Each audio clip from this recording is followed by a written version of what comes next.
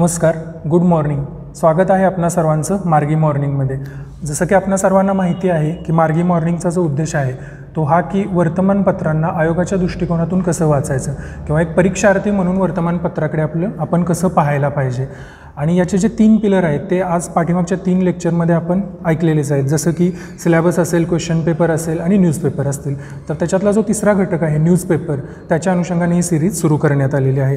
खरं तर न्यूजपेपर हा सिलेबससाठीचा एक प्रकारचा टॉर्च असतो. म्हणजे सिलेबस हा खूप व्यापक असेल तर सिलेबसमधील नेमक्या कोणत्या घटकाकडे लक्ष केंद्रित करायला हवं याच्या अनुषंगाने न्यूजपेपरची ही सिरीज आपण सुरू केलेली आहे. उदाहरणादाखल बोलायचं झालं तर परवा एक न्यूज आली होती की ऑस्ट्रेलियाच्या राष्ट्रगीतामध्ये बदल करण्यात आला. तर याच्यावरून आपण आपल्या राष्ट्रगीताच्या अनुषंगाने काय विचार करू शकतो की आपल्या राष्ट्रगीतामध्ये काही असे बदल एक्सपेक्टेड आहेत का, याच्याशी काही चर्चा झाली आहे का, याच्या अनुषंगाने काही वितंडे आपल्या देशामध्ये झालेले आहेत का. जसं की सिंध हा शब्द आहे, तर सिंध हा प्रांत आत्ता भारताच्या भूप्रदेशामध्ये नाही, तरी देखील तो शब्द ठेवायला पाहिजे का, याच्यावरून खूप मोठा वितंडा झाला होता. सुब्रमण्यम स्वामी जे आहेत त्यांनी देखील या संदर्भामध्ये PM-ना एक लेटर लिहिलेले आणि हा शब्द काढून टाकण्याची मागणी केली होती. तर अशा पद्धतीचे जे करंट आहे तर ते कसं रिलेव्हंट होऊ शकतं आपल्या स्पर्धा परीक्षांसाठी, या अनुषंगाने आपण विचार करणार आहोत. आता थेट आपण सुरू करतो आहे की आजची जी द हिंदूची न्यूज आहे ती सगळ्या वर्तमानपत्रांमध्ये जी पहिली मुख्य आज न्यूज आहे ती याच अनुषंगाने आहे की कोविड-19ची जी वॅक्सिन डेव्हलप झाली आहे तर त्याला DCGIने मान्यता दिलेली आहे. इव्हन द हिंदूची पहिल्याच पानावरची आजची बातमी होती की इंडिया अप्रूव्ज 2 कोविड-19 वॅक्सिन्स फॉर इमर्जन्सी यूज. आता या अनुषंगाने ही न्यूज वाचल्यानंतर आपल्या डोक्यामध्ये परीक्षार्थी म्हणून काय यायला पाहिजे, तर कोण याला मंजुरी देतं या वॅक्सिन्सना. इमर्जन्सी यूजमध्ये ही परवानगी देण्यात आली आहे, तर इमर्जन्सी यूज म्हणजे नेमकं काय, तर त्या अनुषंगाने विचार करणं क्रमप्राप्त ठरेल. आता DCGI असेल तर DCGI म्हणजे drug control general of India. तर या अनुषंगाने आपल्याला परीक्षेमध्ये थेट प्रिलिम्सलाही बीट विचारली जाऊ शकते, MCQ याच्यावरती विचारला जाऊ शकतो. त्यानंतर CDSCO असेल म्हणजे central drug standard control organisation, जे की ड्रग्ज अँड कॉस्मेटिक ॲक्ट अंतर्गत काम करतं, तर त्याच्यावरती देखील थेट आपल्याला क्वेश्चन एक्सपेक्टेड असू शकतो. त्याच्यानंतर इमर्जन्सी यूज म्हणजे काय, इमर्जन्सी यूज हा कधी एखादी वॅक्सिन असेल तर ती वॅक्सिन ज्यावेळी दिली जाते नागरिकांना किंवा जनतेला दिली जाते तर ती एका ट्रायल फेजमधून जात असते. तर त्या वेगवेगळ्या ट्रायल फेजमधून जात असताना जर अशी काही इमर्जन्सी हे असेल, कंडिशन असेल, जसं की आत्ता कोरोनाची कंडिशन आहे, तर अशा याच्यामध्ये ट्रायल सुरू असताना पहिल्या 2 ट्रायलच्या आधारेच त्याला मान्यता दिली जाते, ज्याला आपण इमर्जन्सी यूज अंतर्गत म्हणू शकतो. पण त्याच्यावरून एक कॉन्ट्रोवर्सी देखील पुढे येते. जसं की ज्या आता 2 वॅक्सिन आहेत की ज्या सिरम इन्स्टिट्यूटची वॅक्सिन असेल आणि भारत बायोटेकची वॅक्सिन असेल, तर त्या दोन्हीला आता DCGIने मंजुरी दिलेली आहे. तर त्याच्या संदर्भात एक कॉन्ट्रोवर्सी पण पुढे येते की इतक्या त्वरिततेने मंजुरी देणं गरजेचं होतं का. म्हणजे जी भारतची जी वॅक्सिन होती आपली तर ती इतक्या पटकन मंजुरी देणं, त्याच्या संदर्भामध्ये all India drug action network नावाची जी एक इंडिपेंडंट संस्था आहे तर त्या संस्थेने याच्यावरती आक्षेप घेतला आहे की इतक्या पटकन याला मंजुरी का देण्यात आली. तर या संस्थेबद्दल देखील म्हणजे रोल ऑफ प्रायव्हेट प्लेयर्स असा जो आपला टॉपिक आहे इथिक्समध्ये, तर त्या अनुषंगाने देखील ही संस्था इम्पॉर्टंट राहते. वॅक्सिनचा परीक्षेच्या दृष्टिकोनातून आपल्याला काय क्वेश्चन्स याच्या अगोदर विचारले गेलेत हे लिंक करणं खूप महत्त्वाचं आहे. जसं की 1987 साली एक क्वेश्चन विचारला गेला होता, what is immunisation, steps being taken to immunise rural population. म्हणजे लसीकरण काय आहे आणि ग्रामीण भागामध्ये लसीकरण पोहोचण्यासाठी काय पावलं उचलली गेली आहेत. तर आत्ता देखील या लसीकरणाच्या अनुषंगाने म्हणजे ड्राय रन सुरू होती तर त्या अनुषंगाने हा क्वेश्चन इम्पॉर्टंट ठरतो. तसा क्वेश्चन आत्ताही विचारला जाऊ शकतो. यावरती एक खूप इंटरेस्टिंग कार्टून आजच्या इंडियन एक्सप्रेसमध्ये आलेला आहे की एक रोड दाखवला आहे आणि त्या रोडवरती वेगवेगळ्या भागातून अशा वेगवेगळ्या व्हेकल्स येत आहेत. एका व्हेकलवरती इन्कम टॅक्स लिहिलेला आहे, एका व्हेकलवरती लव जिहाद स्क्वॉड लिहिलेला आहे, एका याच्यावरती CBI लिहिलेला आहे, एका याच्यावरती ED लिहिलेला आहे आणि नंतर खाली एक टॅगलाईन दिलेली आहे की hope they clear the roads for the vaccine van. म्हणजे वॅक्सिन व्हॅन आल्यानंतर रस्त्यावरती जागा शिल्लक असायला पाहिजे या अनुषंगाने ते कार्टून दिलेलं आहे. कार्टून किंवा व्यंगचित्र जे आहेत त्याच्यातून खूप मोठा मतित अर्थ, म्हणजे जे 1000 शब्द बोलू शकत नाहीत ते खरं तर एक व्यंगचित्र किंवा कार्टून बोलून दाखवत असतं. तर अशा अनुषंगाने ते बघणं हे आपलं एक कर्तव्यच म्हणावं लागेल. ते हसण्यासाठीही असतं आणि जरी समजलं नाही तरी हसणं देखील महत्त्वपूर्ण आहे त्या अनुषंगाने. तर अशा पद्धतीने हे वॅक्सिनचा जो काही टॉपिक आहे तो प्रत्येक म्हणजे द हिंदूला आहे, इंडियन एक्सप्रेसला आहे. त्यानंतर what is DPT vaccine and what is the use of DPT vaccine हा क्वेश्चन देखील 1993ला 3 मार्काकरता विचारला गेला होता. त्याच्यानंतर आपली पुढची जी बातमी आहे ती अगेन द हिंदूच्या पहिल्या पानावरती आहे, लोकसत्ताच्याही पहिल्या पानावरती आलेली आहे की एका स्मशानभूमीचं छत जे आहे, गाझियाबादमध्ये एका स्मशानभूमीचं छत जे आहे ते कोसळलं आणि त्याच्या खाली दबून 23 लोकांचा मृत्यू झालेला आहे. तर आता आपण म्हणू की ही न्यूज कशी मला परीक्षेच्या दृष्टिकोनातून महत्त्वाची आहे, पण ते ज्या पद्धतीने सर म्हणतात की जे आपल्याला वाटतं महत्त्वाचं नाही तेच परीक्षेच्या दृष्टिकोनातून महत्त्वाचं असतं. जसं की आता ही न्यूज डिझास्टर मॅनेजमेंटच्या अनुषंगानं आपण कशी बघू शकतो. अशा घटना आणखी यापूर्वी कोणत्या घडल्या होत्या, जसं की पाठीमागच्या वर्षी जो मोठा पाऊस झाला त्या पावसामध्ये पुण्यामध्ये कोंडव्याला एक कन्स्ट्रक्शन वर्कर्सच्या अंगावरती जी बिल्डिंग कोसळली, तर त्याच्या अनुषंगाने काही केस स्टडीज एक्सपेक्टेड होत्या. तशीच ही न्यूज आहे. तर याच्या अंतर्गत डिझास्टर मॅनेजमेंट हा जो आपला टॉपिक आहे त्याच्या अंतर्गत ही न्यूज कव्हर करायला हवी. आणि NDRF असेल म्हणजे नॅशनल डिझास्टर रिलीफ फोर्स असेल, तो काय आहे माहिती असायला पाहिजे. त्यानंतर नॅशनल डिझास्टर रिलीफ फंड असेल, स्टेट डिझास्टर रिलीफ फंड असेल, या सगळ्या गोष्टी आपल्याला माहिती असणं गरजेचं आहे. त्याच्यानंतर जी महत्त्वाची पुढची गोष्ट आहे की इमर्जन्सी अप्रूव्हल, जे आपण मगाशी बोलत होतो की वॅक्सिनच्या अनुषंगाने, त्याच्यामध्ये काही असे रूल्स आहेत का की इमर्जन्सी अप्रूव्हलसाठी जे युजफुल ठरतात.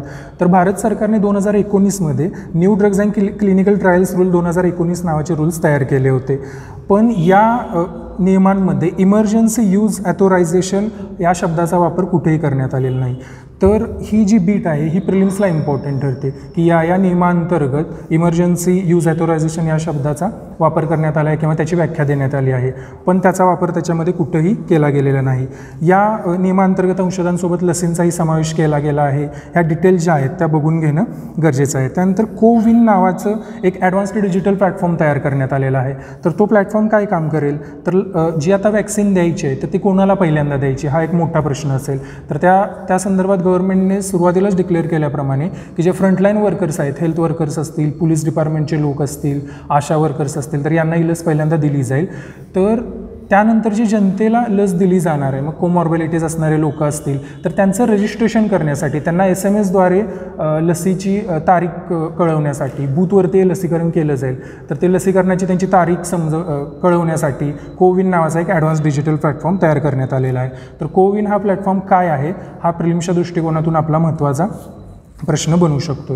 याच्या पुढची जी न्यूज आहे ती द हिंदूच्या पेज नंबर 10वरती आलेली आहे.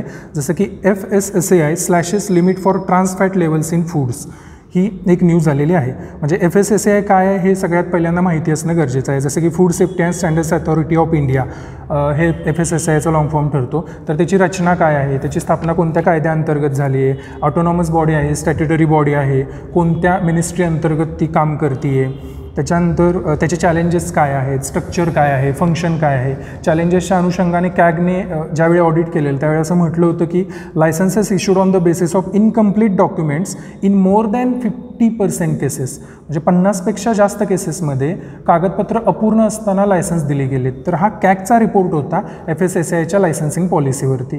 तर अशा बिट्स आपल्याला मेन्सच्या आन्सर रायटिंगमध्ये खूप महत्त्वाच्या ठरतात. या लगेच नोट डाऊन करून ठेवणं गरजेचं आहे.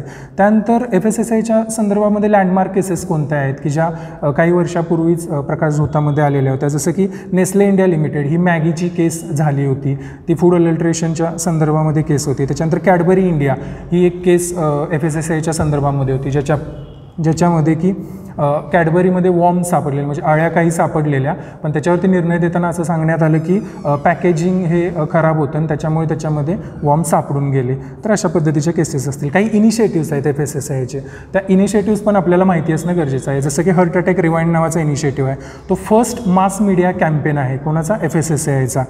आणि त्याच्या अंतर्गत 2022पर्यंत ट्रान्स फॅटला इलिमिनेट करणं हे त्यांचं मुख्य उद्दिष्ट आहे. तर अशा अनुषंगाने एक ऑर्गनायझेशन घेतली की मग ती स्टॅट्युटरी आहे, ऑटोनॉमस आहे, त्याच्यानंतर कोणत्या मिनिस्ट्री अंतर्गत काम करते, कोणत्या ॲक्टनुसार त्याची स्थापना झाली आहे, त्याचे फंक्शन्स काय आहेत, स्ट्रक्चर काय आहे, चॅलेंजेस काय आहेत, त्याच्याशी संबंधित काही लँडमार्क केसेस असतील तर त्या काय आहेत, त्याच्यानंतर त्यांचे इनिशिएटिव्स, ह्या सगळ्या गोष्टी आपल्याला व्यापक स्वरूपामध्ये माहिती असणं गरजेचं आहे. त्यानंतर स्वच्छ भारत यात्रा म्हणून देखील त्यांचा एक पॅन इंडिया सायकल मुवमेंट होती की जी ईट राईट इंडिया अवेअरनेसच्या अनुषंगाने चालू होती. यावरती आता ही जी न्यूज आली आहे की ट्रान्स फॅटचं जे लिमिट आहे तर ते कमी केलेलं आहे. तर याच्या अनुषंगाने काही क्वेश्चन्स आयोगाने यापूर्वी विचारलेले आहेत. ट्रान्स फॅटवरती सरळ क्वेश्चन 2012 साली 15 मार्काला मेन्समध्ये विचारला गेलेला. जसं की many food items contain trans fats, what do you understand by this term, which Indian food items contain trans fats, implication on human health. तर हा ट्रान्स फॅटवरती सरळ प्रश्न विचारला गेला होता. तर आता याच्याकडे बघताना स्टॅटिकला हे रिलेट करताना आपल्याला फॅटचे सगळे प्रकार माहिती पाहिजेत. म्हणजे सॅच्युरेटेड फॅट असेल, त्यानंतर नॉन सॅच्युरेटेड अनसॅच्युरेटेड फॅट असेल, ट्रान्स फॅट असेल, मग त्याच्यानंतर अनसॅच्युरेटेड फॅटमध्ये मोनोसॅच्युरेटेड फॅट असेल, पॉली अनसॅच्युरेटेड फॅट्स असतील. तर हे फॅट सगळे आपल्याला प्रकार माहिती पाहिजे त्याच्यातले. त्यानंतर HDL लेवल असेल, LDL लेवल असेल, म्हणजे हाय डेन्सिटी लिपोप्रोटीन असेल, लो डेन्सिटी लिपोप्रोटीन असेल. मग ट्रान्स फॅटचा इम्पॅक्ट जो आहे असाही क्वेश्चन आपल्याला येऊ शकतो की which of the following is the impact of elevated trans fat level in human body, असा जर क्वेश्चन आला आणि खाली जर ऑप्शन्स असतील तर त्याच्यामध्ये महत्त्वाचे इम्पॅक्ट्स कोणते आहेत. म्हणजे HDL जे आहे, जेव्हा कोलेस्ट्रॉलची टेस्ट केली जाते ज्याला लिपिड प्रोफाईल टेस्ट म्हणतात, तर त्या टेस्टमध्ये जे HDL येते high density lipoprotein which is good cholesterol, and then LDL which is bad cholesterol, low density lipoprotein. तर HDL जे आहे गुड कोलेस्ट्रॉल त्याची लेवल कमी करण्यामध्ये ट्रान्स फॅट खूप महत्त्वाची भूमिका बजावत असतं. आणि HDL कमी होणं म्हणजे कोलेस्ट्रॉल असेल, त्यानंतर हार्ट अटॅक असेल, यासारख्या डिसिजेसना आमंत्रण दिल्यासारखं राहतं. त्यामुळे या गोष्टी माहिती असणं गरजेचं आहे. त्यानंतर आणखी एक क्वेश्चन 2011 साली आयोगाने विचारला होता, omega-3 fatty acids in our food. आता आणखी ओमेगा-3 फॅटी ॲसिड्स हा मी जे 3 प्रकार आता म्हटलं की saturated fatty acids, unsaturated and trans fat. तर अनसॅच्युरेटेड फॅटी ॲसिड जे की इसेन्शियल आहेत बॉडीसाठी, तर त्या अनसॅच्युरेटेडमध्ये ओमेगा-3 हा खूप महत्त्वाचा कंटेंट राहतो. त्याच्या पुढं जाऊन आपल्याला हे कंटेंट कोणत्या फूडमध्ये सापडतात आणि ते फूड इंडियामध्ये अवेलेबल आहेत का, इंडियामध्ये अवेलेबल असतील तर ते सस्टेनेबल डाएट अंतर्गत मोडतात का, या सगळ्या गोष्टी सविस्तरपणे पाहून घेणं गरजेचं आहे. त्यानंतर पुढची बातमी आहे जी लोकसत्तामध्ये आहे, हिंदूमध्ये याच्याशी संदर्भित एक आर्टिकल आलेलंच आहे आज. राष्ट्रीय महिला आयोगाकडे गत वर्षभरात सर्वाधिक तक्रारी. आता हा जो टॉपिक आहे तो विमेन एम्पॉवरमेंटच्या अनुषंगाने आहे, त्यानंतर नॅशनल कमिशन फॉर विमेन यांच्या अनुषंगाने आहे. याच्याकडे आता आपण बघायला कसं पाहिजे, तर सगळ्यात महत्त्वाचं म्हणजे कोणतीही कॉन्स्टिट्युशनल किंवा नॉन कॉन्स्टिट्युशनल बॉडी आली तर त्याची स्थापना कधी झाली, कोणत्या कायद्यानुसार झाली, त्याच्याशी संबंधित एखादी समिती स्थापन केली गेली होती का, त्याचं नाव कधी बदललं गेलं आहे का, त्याची रचना काय आहे. जसं की आता याची रचना 1+5 म्हणजे 1 अध्यक्ष असतील, 5 सदस्य असे 6 आहे. त्यानंतर त्यांचे अधिकार काय आहेत, सुमोटो काही त्यांना अधिकार आहेत का, सुमोटो म्हणजे स्वतःहून काही गोष्टींची दखल घेणे. त्यानंतर कारवाईचे अधिकार आहेत की फक्त सजेशन्स करण्याचे अधिकार आहेत हे बघून घेणं. त्याच्यानंतर अहवाल कोणाला सादर केला जातो, या सर्व गोष्टी आपल्याला माहिती असणं गरजेचं आहे. याच्या अनुषंगाने आता स्टॅटस, कॉम्पोजिशन, त्यानंतर फंक्शन्स हे जे इम्पॉर्टंट आहे. तर 2006ला व्हॉट इज विमेन एम्पॉवरमेंट असा थेट प्रश्न आयोगाने विचारला होता. त्याच्यानंतर features and impact of domestic violence act 2005 हा 2009 साली आयोगाने क्वेश्चन विचारलेला होता. त्याबरोबरच ब्राईड बर्निंग केसेस दिल्लीचं एक उदाहरण दिलेलं 1983 साली 35 मार्कांना हा प्रश्न विचारला होता की दिल्लीमध्ये ज्या नवविवाहित मुली आहेत तर त्यांना हुंड्याच्या पैशाच्या मागणीच्या अनुषंगाने जाळलं जातं. म्हणजे ब्राईट बर्निंग केसेसचा तो एक प्रश्नच दिला होता 35 मार्कांकरिता. तर अशा प्रश्न जुने माहिती पाहिजे. जुने प्रश्न आपल्याला सांगतील की कशा अनुषंगाने आपण न्यूजकडे फोकस करायला पाहिजे. त्यासोबतच काही कायदे, याच्याशी संबंधित जे कायदे आहेत म्हणजे आत्ताचाच दिशा ॲक्ट असेल तर तो माहिती असणं गरजेचं आहे. त्यानंतर कौटुंबिक हिंसाचारापासून महिलांचे संरक्षण करणारा अधिनियम जो 1986ला पहिल्यांदा आणला गेला, 2005मध्ये त्याच्यात अमेंडमेंट झाल्या, नवीन रूल्स टाकले गेले. तर ह्या गोष्टी देखील माहिती पाहिजेत आपल्याला. परीक्षेच्या अनुषंगाने आणखी is NCW national commission for women able to tackle problems that women face at both public and private spheres हा 2017ला क्वेश्चन विचारला गेला होता. त्या दृष्टिकोनातून ही न्यूज महत्त्वाची ठरते. त्यानंतर IOC लॉन्चेस न्यू इनिशिएटिव्ह ही आज एक छोटीशी बातमी द हिंदूच्या पेज नंबर 3वरती आली होती.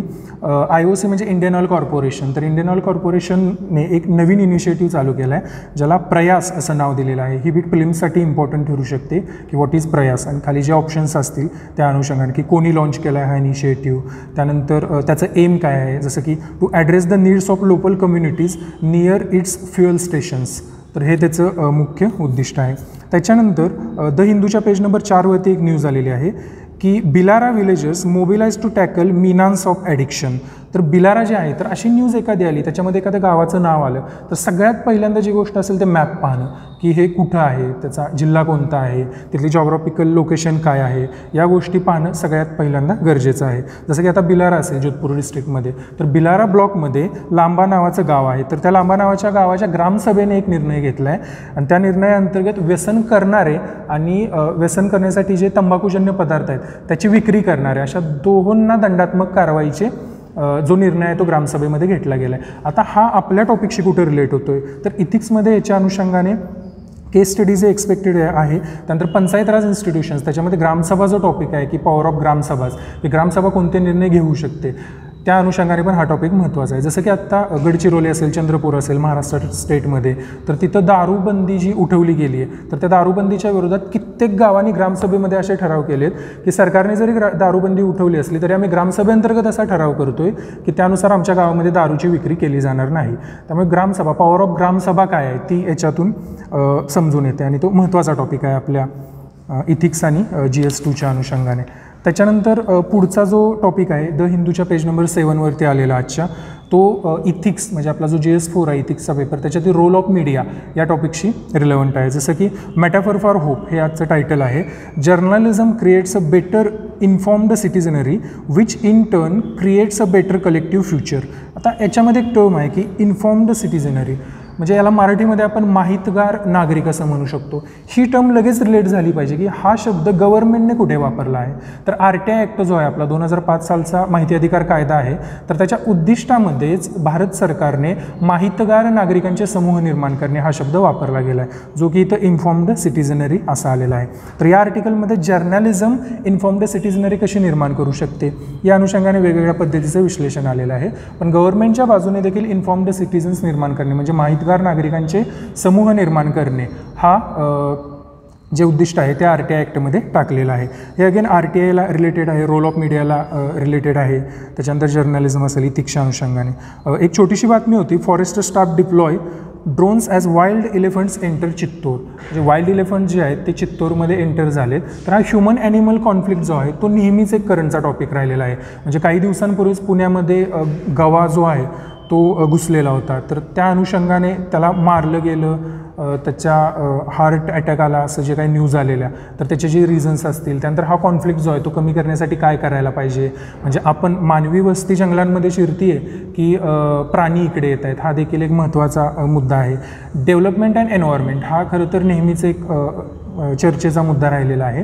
तर याच्या अनुषंगाने काही फॉरेनमध्ये चांगले प्रोजेक्ट झालेत, जसं की ज्या अभयारण्यातून वगैरे रोड जात असेल तर ते जे रोड आहेत, तर जो प्राण्यांचा फिरण्याचा जो मार्ग असतो तर तो वरून ब्रिजवरून दिला आहे आणि तिथं त्यांना असा फील येऊ नये की आपण कुठेतरी रस्त्यावरून जातो आहे आणि हॉर्नचे आवाज असतील, गाड्यांचे आवाज असतील, याच्यामुळे त्यांची चलबिचल होऊ नये म्हणून प्रत्येक ठराविक अंतरावरती रस्त्याच्या वरून एक ब्रिज बांधण्याचं काम बाहेरच्या देशांमध्ये केलेलं आहे. तर असं काही करता येईल का, हा केस स्टडीलाही पडू शकतो की म्हणजे याच्यावरती काय उपाय करता येतील किंवा तुम्ही तिथं ॲज अ फॉरेस्ट ऑफिसर आहात तर अशा घटना घडू नयेत किंवा टाळता याव्यात, प्रतिबंधात्मक उपाय म्हणून याच्यावरती काय करता येईल, त्या अनुषंगाने हा टॉपिक महत्त्वाचा ठरतो.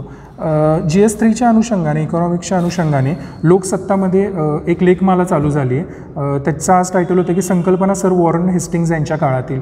जी आपली मध्यवर्ती बँक आहे RBI, तर त्या RBIचा जो इतिहास आहे, त्याच्यानंतर आपली भारतातली जी बँकिंग व्यवस्था आहे तर त्याचा लेखाजोखा आढावा घेण्यासाठी ती लेखमालिका चालू करण्यात आलेली आहे.